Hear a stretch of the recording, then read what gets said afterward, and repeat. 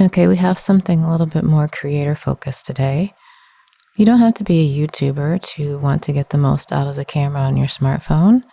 And one of the easiest ways to do it is to use selfie monitors. I've got two of them here. One is a kind of a generic Amazon brand. I'll have a link in the description. And the other one is the Cinco brand. You may be familiar with Cinco. They make microphones and camera accessories and obviously selfie monitors. These are both selfie monitors. They're very similar in price, similar in features, even similar in hardware, although this one's coated in kind of a cheap looking plastic. The basic premise is the same. You've got your plus and minus buttons for volume or for brightness here. You've got your camera shutter button here. Camera shutter button here, and you've got the flip button over here if you want to flip the screen. And you got your ports. You've got your power port and your host port. Similar here with the Cinco, you got your power port. Here on the bottom, the on-off switch. You've got your volume and your brightness buttons. You've got your flip, and you've got your camera shutter. And that's pretty much it. They both have magnets on the back, so if you want to attach them to the back of a phone, I've got my Samsung here, and you can attach them. The Samsung is pretty big with these three cameras. These are all really made for iPhone, so they kind of block this bottom one, but unless you're doing like telephoto, that won't be a big deal. It's kind of a loose connection, but it'll stay on. It's not going to come off it unless you start like really shaking it or fiddling around with it. And they both connect the same kind of way. You got to find the sweet spot. The Cinco one is a little bit bigger than the other one, so it doesn't fit quite as nicely, but it's the same concept. You put it on this one. I think because this case is a little bit thicker, it's not going to stay on as nicely. The different case that stayed on much better. This case is a little bit, I think it has a little bit more separation between the magnet and the case because it's a thicker case. But once you have it attached, you can use it like a vlogging monitor. So you just attach it to the back, and then you'll be able to see yourself when you're filming, right? So if you want to aim it up at yourself, you can see a little camera there. If you aim it at yourself, then you'll be able to see while you're using the best cameras on your phone. That's the whole idea behind these vlogging monitors, but you don't have to attach them to the phone. You could stick them on a stand like this and put them wherever you want because they're small and you don't need a stand. You can do any little cheap stand. This is just a little cheap stand. I got a pack of 3 off of Amazon. It's probably like $10. I don't know. But yeah, you can just stick them in a stand and put them wherever it is you want to be able to see them and use them. So they don't necessarily have to be stuck to your phone for you to get the maximum value out of them. And the way you operate these things, it's very much the same for both on a Samsung. Now, I will note that this works on Samsung devices because they have what's called Smart View, which is basically a Miracast service. It does not work with my Pixel 9 Pro XL with this particular type of connection. Pixels don't have that connection, so keep that in mind. Check your phone. It'll work with iPhones, it'll work with Samsung phones that have Smart View, but it may not work with every Android phone, so just be aware of that. But once I turn one of these on, we'll start with this one. I'll turn it on, and you might be able to see it lighten up here.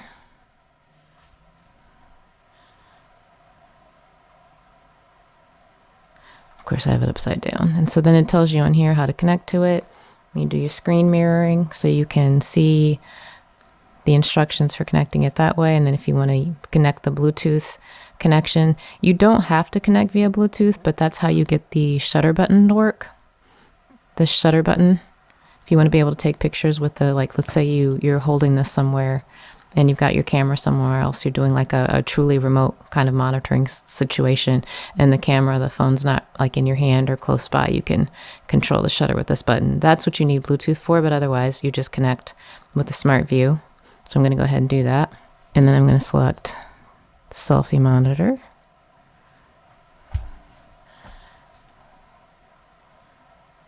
And it's connecting.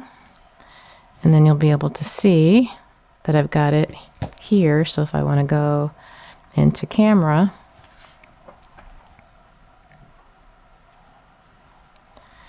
then you can see what my camera is seeing. You can see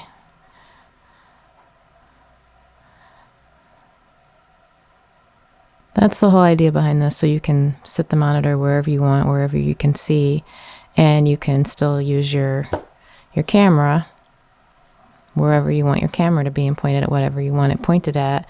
And you've got the ability to kind of get a little bit more flexibility out of your shots. And they both work the exact same way. I'm going to turn this one off, and it's going to disconnect. And then I'm going to go in, I'm going to connect to the other one. I'm going to turn this one on now. So we see that one lighten up. And it's going to give you the same instructions, what you need for screen and what you need for camera control. It's the same concept. And go back into Smart View. It's showing it here in the list because I've previously connected to it.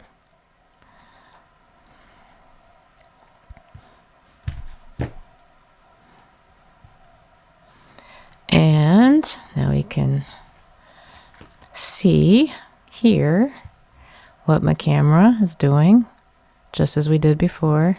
Now, the one thing I do want to note is that there's a difference in what you can see on the screen. Now, I don't know if you noticed, but on this one, part of the screen's cut off. So you've got the shutter button, and then you've got your settings down here for whether you're doing photo or video.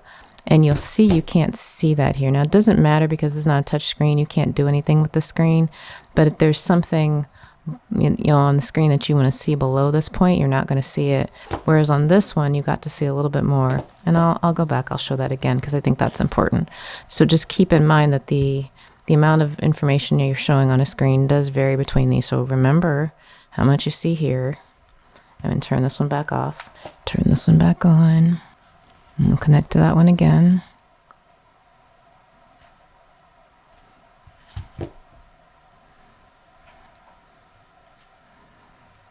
And you'll notice now I can see pretty much the whole screen. So we've got the whole shutter button showing up. We've got the settings here for portrait, photo, whatever, and even that bottom bar on the screen. So everything that's showing up on that screen is what's showing up on this screen. You're getting it all the way down here to the bottom bar. So even though this is maybe a little bit smaller than the Cinco, you're actually getting more on the screen. So that's something to keep in mind. I thought that was interesting that there's a difference in, I guess, aspect ratio for these two. So even though this one is a little bit cheaper looking, I do think that, if you value being able to fit more of the total screen, then this one is probably a better way to go. Now, with this one not fitting as much, you do get a larger viewfinder because it's cutting off part of the screen. So that whole screen is dedicated to like from here to here. So you are getting a wider view of the viewfinder in the camera app, if that matters to you. But if you want to see the whole screen, maybe you're watching video or whatever with a little tiny selfie monitor. Why you'd want to do that, I don't know. But let's say you're going to get part of the screen missing. So just keep that in mind. So they both work pretty much the same in terms of all the other buttons. And if I want to take a photo, you'll see it flash. That's a good photo, but you saw it flash. And if I want to see that photo, it's here. Lovely photo. Yeah, we're going to move that one straight to trash. So that's pretty much it for how these monitors work. They both work pretty much exactly the same. There are a variety of these on the market. These are just two that I happen to have. There are a couple of other brands out there that do the same kind of thing. But it's kind of handy, especially if you use your camera for serious video work. Then having a little monitor like this that's portable, these are battery powered. You get, a few hours of use out of them. It can be really handy. The last thing I want to talk about, if you're using cameras, whether it be your smartphone or whether it be a real camera, I've got my camera that I'm using to film this connected to a monitor, and I'm not using the monitor on the camera itself. And the way I'm going to actually show you what's going on with this monitor. So let's go back. So I'm going to show you. I'm going to put this here in this little stand so you can see it.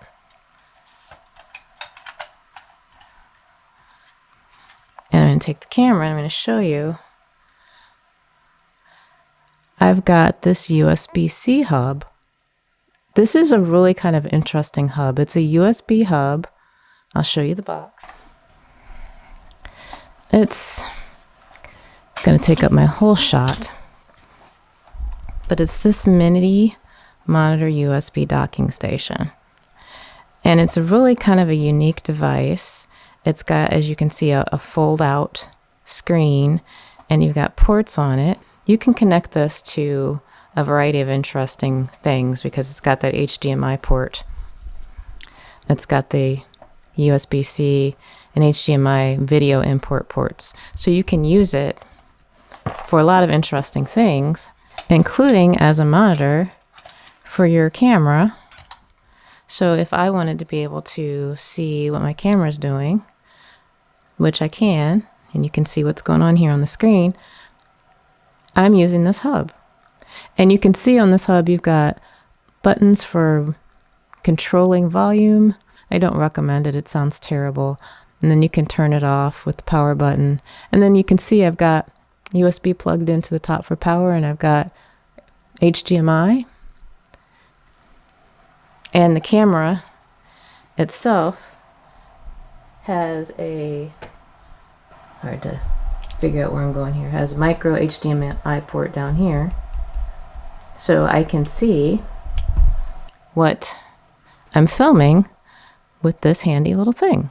It's a different kind of monitor approach. I don't think the hub was really designed for this, but when I first saw that it had HDMI and had this little tiny screen, I thought, well, this is actually really cool as a possible monitoring solution. So I had to go pull out all the right cables because I need micro HDMI for the camera, so I needed a micro HDMI adapter. But this I thought was really actually cool, and you can put, just like the little mini monitors here, you can put them in a variety of places, and because it's a hub, I'm going to bring it down here so you can see it. Because it's a hub, Inception, because it's a hub, and this pops up, and there's really nothing going on back here.